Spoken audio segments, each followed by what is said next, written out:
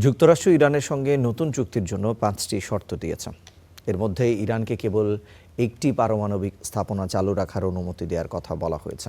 বাকি শর্তগুলোর মধ্যে রয়েছে যুক্তরাষ্ট্র ইরানকে কোনো ধরনের ক্ষতিপূরণ দেবে না, ইরানকে তাদের ৪০০ কিলোগ্রাম ইউরেনিয়াম যুক্তরাষ্ট্রের কাছে হস্তান্তর করতে হবে এবং জব্দকৃত ইরানি সম্পদের ২৫% ছাড় করা হবে না। এছাড়াও সব ধরনের আলোচনার ফলাফলের ভিত্তিতে শর্ত সাপেক্ষে যুদ্ধবিরতির প্রস্তাবও দেওয়া হয়েছে।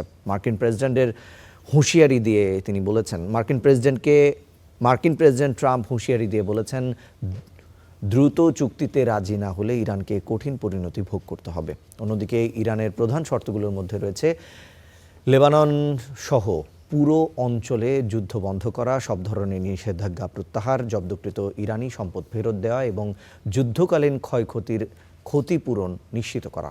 একই সঙ্গে তেহরান হরমুজ প্রণালীর ওপর দিয়ে ইরানের সার্বভৌমত্বের স্বীকৃতিও দাবি করেছে।